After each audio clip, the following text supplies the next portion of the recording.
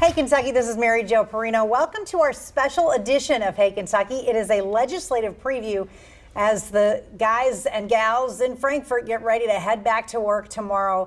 So to break down what's going to happen potentially in this session, I want to welcome in a panel of experts, and I'm so thrilled to be joined here by Rylan Barton from WPFL, from Olivia Krauth from the Courier-Journal, and Daniel DeRochers from the Lexington Herald-Leader. Thank you all for being here so much tonight. I appreciate it. We had a lot to get to. First of all, the budget. More than $1 billion shortfall is projected. How does Andy Beshear deal with that? Well, Andy Beshear's big proposal is to legalize casino gambling, which he says would raise about $500 million a year. Now, the big caveat to that is that Republicans who lead the legislature, who have majorities in the House and Senate, say that that's a non-starter. So they're going to have to work with something else to raise new revenue, and one big opportunity is cutting state spending, cutting the budget as it currently stands right now. There's other options on the table. There's the state could legalize sports betting, which would bring in a little bit, say between $30 to $50 million a year. And that's got a little more bipartisan support. Has some bipartisan support, but yet it's something that's kind of also been waiting in the wings for the last couple of years, and lawmakers haven't been able to rally around it. When they're writing the budget, this is when the numbers are in front of them. This might be the moment in which they really start realizing we need to make more money, especially because as it stands, the state is not going to the state revenue is not going to grow enough over the next 2 years to account for a lot of the big ticket spending items that we know that the state will already have to deal with. So pensions, obviously something they have to deal with, and educational spending. Where will the money come from for education? That's been a big thing for Andy Beshear. Absolutely. He ran on all of these pro-public education promises, including $2,000 raises for every teacher, which equals roughly $97 million. Where he's going to get the money, I don't think anyone knows. So, is it possible to even get that much money? I mean, yeah, it's always possible. I mean, you can raise whatever tax you want.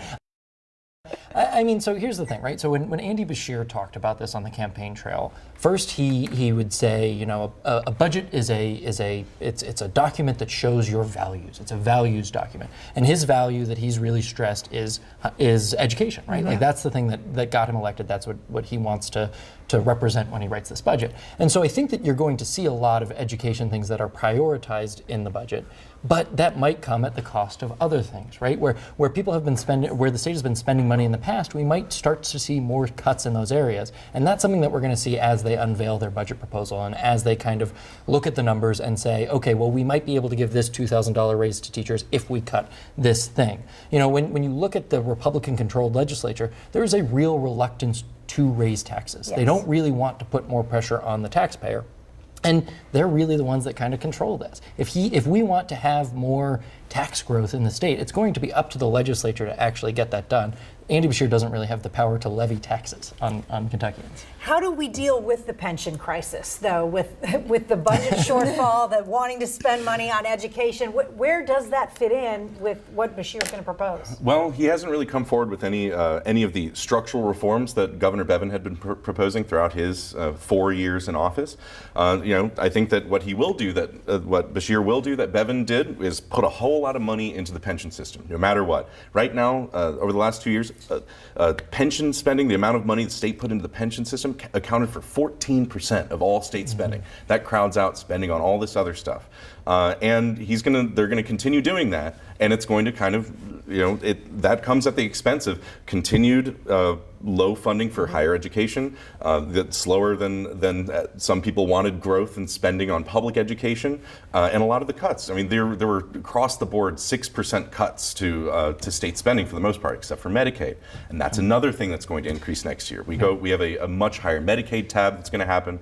And they're really in dire straits. So, I mean, we might see some form of tax reform. This is something that's always kicked around and changing the state's tax code. But once again, we don't know what that looks like. And Governor Bevin had proposed some elements of what he wanted tax reform to look like. But we're kind of starting over on that particular issue. And we're also looking. They want to fund the school safety bill that they passed last year, right? Like they have a lot of things that they want to fund, and it's just going to be this massive, massive challenge without more revenue.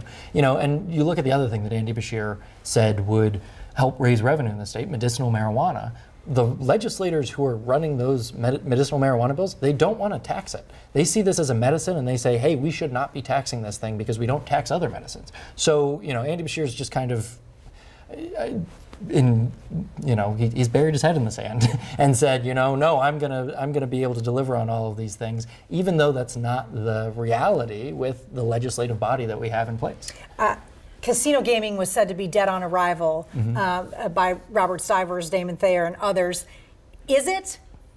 Yes. I mean, like these guys have said casino gaming's dead on arrival. I mean, the place where you have room is sports betting. And there's money there. There's wiggle room. $30 to $50 million there. I think the hard part about sports betting is you're going to have to figure out a way to make that work with the existing horse racing places that exist in Kentucky, right? Churchill Downs, Keeneland, like those places kind of have a monopoly on gambling in Kentucky, and I don't think they're going to just give that up to allowing people to bet on their phones. I think that there's going to have to be some sort of compromise with the tracks in order to be able to get sports betting done. And another kind of low-hanging fruit, just looking back at what the legislature has done in terms of raising taxes in recent years.